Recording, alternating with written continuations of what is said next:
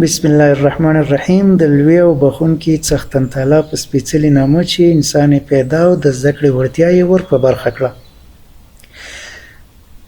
نن ورځ موږ په د ویب سایټ په جوړولو باندې کار شروع کوو، یعنی رسمي د HTML فایل باندې موږ کار شروع کوو چې څه ډول موږ د HTML فایل جوړو، یعنی د ویب سایټ د سٹارټ برخه ده. په کوم حالت کې په کوم طریقه باندې موږ ویب سایټ خپل سٹارټ کوو چې ویب سایټ جوړ کړو. د دې لپاره زه هڅه کوم تاسو ته ټول هغه څه تشریح کوم چې د HTML د فایل جوړولو په برخه کې په کار راځي. راځو موږ خپل د درسونو فولډر ته، دلته موږ راځو، دغه د زموږ سره تاسو ګورئ چې فولډر مکمل خالی دی. تاسو راځئ دلته یو نوی فایل جوړوئ. فایل باید کوم ټایپ ولري؟ ټیکسټ ډاکومنټ ولري.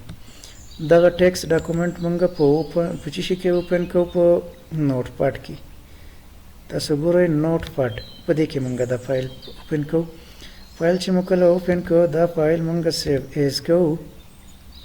کله چې مو سیو ایز که فایل ټایپ ته چې دی آل فایل ورکوو، دې ته موږ لیکو چې سٹارټ. د دې فایل نوم موږ چې شی ورکوو سٹارټ، ځکه چې دا زموږ لومړی درس دی نو سٹارټ نوم ورته ورکوو. HTML وروستاړی مو له ورکوو. همدارنګه یو ټیپ چې دی دا اته سي دا صحیح دی، دا به تاسو همدغه اته انتخابوئ. وروسته به تاسو په اوکې باندې کلیک کوئ. کله چې مو اوکې کړ نو تاسو به راشئ او دغه نیو ټیکسټ چې کوم ډاکومنټ و دا به تاسو لرې کوئ. اوس موږ سره څه شی جوړ شو؟ دا سٹارټ HTML فایل چې کوم دی جوړ شو. تاسو وګورئ د ډاکومنټ ټایپ وګورئ، هغې ته چې شی لیکل شوي ډاکومنټ ټایپ کروم HTML ډاکومنټ. اوس راځو دغه فایل چې کوم دی دا په براوزر کې خلاصو. ډبل کلیک پې کوم، خپل راته کروم خلاصوي. ګورئ موږ سره دغه کروم خلاص کوم. اگر چې شی دی دا فایل دا HTML فایل چې کوم دی ویب سایټ چې دی دا مکمل خالی دی. دا چې خالی دی بیرته موږ راځو چیرته؟ خپل فایل ته.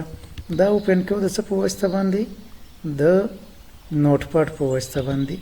او مایکروسافټ ایج مې خلاص کوو، بخئ. دا د نوټ پاډ په واسطه باندې خلاصو. په دې کې خپل تغییرات راولو. په لومړي سر کې موږ چې شی ورکوو HTML ټاګ ورکوو. HTML ټاګ ورکوو.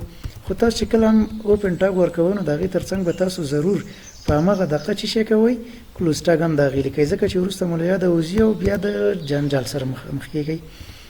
اوس چې کله موږ HTML ټاګ ورکوو، یو ټاګ چې دی د باډي دپاره ورکوو، د هیډ دپاره ورکوو. بخئ هیډ دپاره یو ټاګ ورکوو. همدارنګه د هیډ تر څنګ چې دی موږ چې شی کوو کلوز ټاګ هم د دې انتخابوو. کلوز ټاګ چې کوم دی دا مو سره ورکوو هیډ. کله چې مو هیډ ټاګ ورکړه د دې تر څنګ موږ یو ټاګ چې کوم دی هغه د باډي ورکوو BODY. کله چې مو د باډي ټاګ ورکړو، همدارنګه بیرته موږ څه شی کوو؟ د باډي ټیګ چې دی دا بندوو، ځکه مخکې مې یادونه وکړه چې دا بیا ستاسو له یاده وځي او تاسو د جنجال سره مخامخ کیږئ. دا هم لږ دې خوا راوړو، دا هم لږ دې خوا راوړو. ښه، دا چې مو کله دلته برابر کړو، اوس موږ څه شی کوو؟ اوس چې دی دا سیو کوو. کله چې موږ سیو کړو دا زموږ سره د دې فایل ساختمان جوړ شو. د دې فایل ساختمان موږ سره جوړ شو. دا زموږ سره یو ویب سایټ شو. اوس موږ د دې ویب سایټ نور محتویات اضافه کوو. نور محتویات یې څنګه اضافه کوو؟ بیرته راځو خپل نوټ پاډ ته. په نوټ پاډ کې چې دی موږ د هیډ دپاره یو نوم د ټایټل ورکوو. همدغه نوم چې کوم دی، زه ګورئ تاسو ته یو فایل انتخابوم، یو فایل درته خلاصوم د ویب سایټ. تاسو وګورئ دلته ما دغه یو ویب سایټ دی چې زه پرې اوس لګیا یم کار کوم، نو دغه ځای پورې دا ما جوړ کړو. تاسو وګورئ د دې دغه ټمپلیټ چې کوم دی، دغه ټایټل چې کوم دی قرار هیلث انفو دی. قرار هیلث انفو. موږ هم غواړو چې دې دپاره د سٹارټ هوم ډاټ HTML په ځای باندې چې دی خپل نوم ورکړو.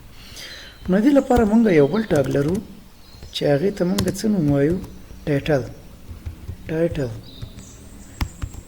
ټایټل چې کله موږ ورکړو، د دې تر څنګ موږ د دې کلوز ټاګ هم ورکوو. کلوز ټک چې موږ ورکړ راځو دلته د دې ټایټل انتخابوو ټایټل موږ څه شی ورکوو قرار لرنینګ کورس دا ټایټل موږ ورکو اوس دا موږ سیو کوو دا چې کله موږ سیو کوو بیرته راځو خپل سٹارټ ایچ ټي ایم ایل فایل ته او دا ریفریش کوو دغه د ریفریش علامه ده دا ګورئ تاسو دا چې کله موږ ریفریش کوو ګورئ د ټایټل چې دی په خپل سرنوم واغسته قرار لرنینګ کورس وشو دې چې نوم واغسته اوس راځو موږ وایو چې د دې په محتوا کې چې دی یو موږ پاراګراف اضافه کوو پاراګراف پکې څنګه اضافه کوو راځو بیرته دلته موږ مخکې یادونه کړې وه چې هر هغه څه چې د ویب سایټ مربوطي هغه به موږ چیرته ورکو په هیډ کې ورکو خو هر هغه څه چې دغه مربوطي د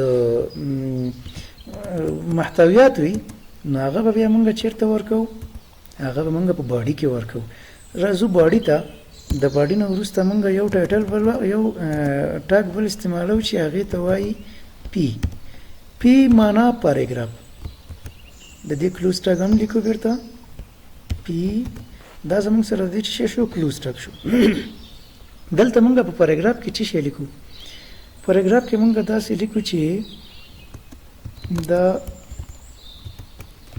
دا چینل دا وبخئ ویب سایټ د یوټیوب د درسونو د اپلوډ لپاره جوړ شو کوم درسونه چې په ویډیو شکل یې مونږ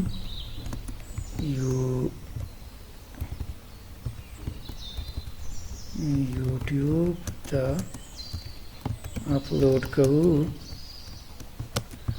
نو په دې چینل په دې ویب سایټ کې به هم اپلوډ کوو دا مونږ جوړ کړو دې پسې یو کنټرول اس علامه کنټرول اس وبخئ کنټرول اس په دې پسې وهو چې دا سیف شي یا د دې ځای نه سیف وو دا مونږ سیف کړو د دې نه وروسته د دې ډیزاین مونږ برابرو چې مونږ سره د څه شي په شکل ښکاره شي د یو ماهر کوډینګ په واسطه باندې دا کوډ شوی مونږ ته ښکاره شي کنټرول اس وهو او بیرته راځو خپل چیرته راځو قرار لرنینګ کورس ته راځو دا چې کله مونږ ریفریش کوو ګورئ مونږ سره دا ویب سایټ د یوټیوب د درسونو د اپلوډ لپاره جوړ شو هغه پاراګراف چې مونږ په نوټ پاډ کې ولیکو مستقیم دلته راغی صحیح ده اوس که چیرته مونږ وغواړو چې دا ډیلیټ کړو او بیرته راشو او ټمپلیټونه چې مونږ پې کار کوو دا واخلو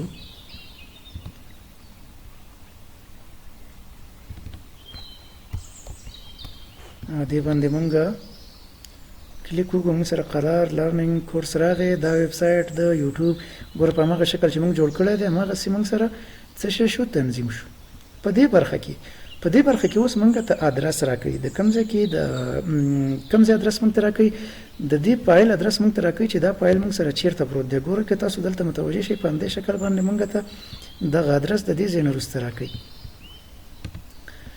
دغه ګورئ تاسو دا ادرس مونږ ته راکوي دا به په هغه وخت باندې په دې باندې تبدیلیږي چې کله تاسو خپل ویب سایټ آنلاین کوئ چې کله تاسو خپل ویب سایټ آنلاین کوئ نو بیا به دغه ادرس چې دی ستاسو په دغه کې لیکل کېږي په ګوګل کې او د هغې په واسطه باندې به تاسو ته دغه ویب سایټ راوړي نو دغه زمونږ د نن ورځې درس په دې هیله چې یو څه مو ترې زده کړي وي روزمره کار په دې باندې وکړئ او بعد له هغې نه د دویم ویډیو په تمه واوسئ تر بیا مو په لوی او بخونکي الله تعالی سپارم